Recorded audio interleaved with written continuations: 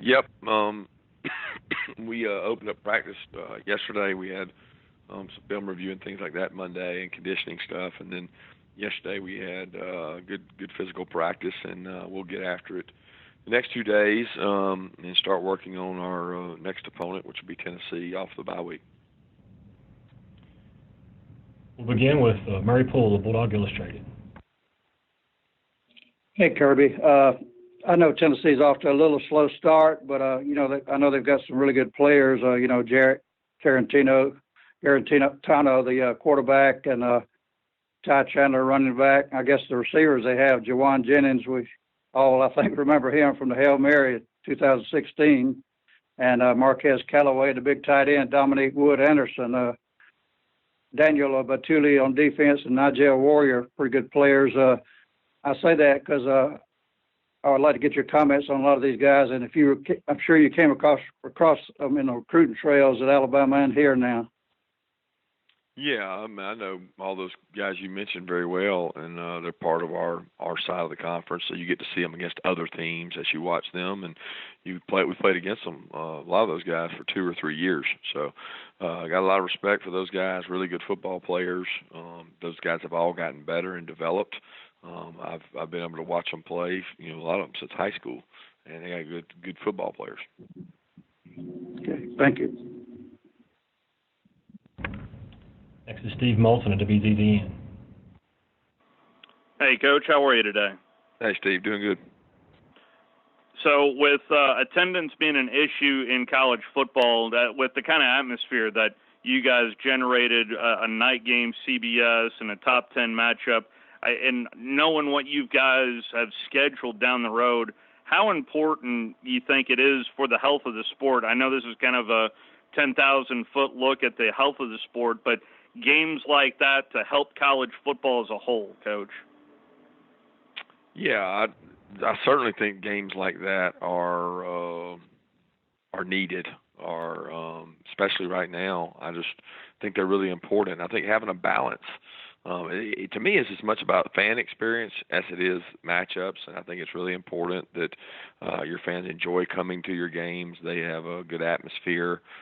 They're able to put a good product out on the field that they can enjoy, and you can make the case that a lot of the fans don't like the lower level matchups, but a lot of those teams survive with what they're able to get and guarantees for those games, and it also gives at least us a chance to expand our fan base, because a lot of fans get to come to that game that might not get to come to a Notre Dame. So they get to come enjoy Sanford Stadium and bring their kids and family members who might not otherwise get an opportunity to come to games like that.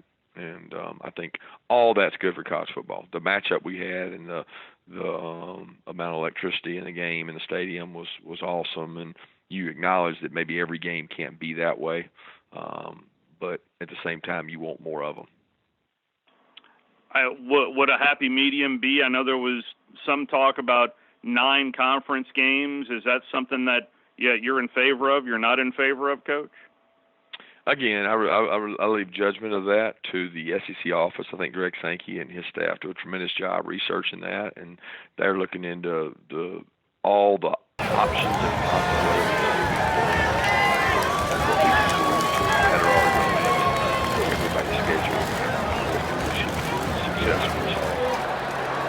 Thank you, Joe. Jim Gilbo of USA Today. Coach, after the game Saturday, you said you were able to run the ball better because you had been running the ball. But by that you mean even if you're not running well early in the game, you want to stick to it.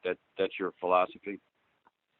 I wouldn't say that. I would say that every body blow you give a team has a wear and has an effect. And we certainly felt like over the last, really probably the last 3 years, not 4 years, but over the last 3 years, the total effect of being able to give body blows does have an effect on teams. I think when you talk to teams after they play us, they definitely feel that's the case. But never would I say if you can't run the ball, you have to continue to run the ball. You've got to be able to mix it up. You can't be one-dimensional in anything you do, especially when you play a top 10 team, in which I've got incredible respect for, Notre Dame or really any SEC team.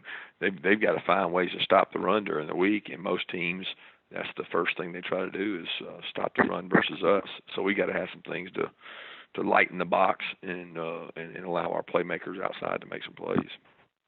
But you did run the ball better in the second half, though, didn't you? We did run the ball a little better in the second half at times. There were some times that we had some breakdowns and some things they did to hurt us. But again, I think a lot of that comes from the wear and tear and the totality of the physical nature of running the ball. Thank you. That's going to wrap you up today, Coach. Thank you. Thank you, guys. And we'll pause for about 3 minutes before we continue with Florida.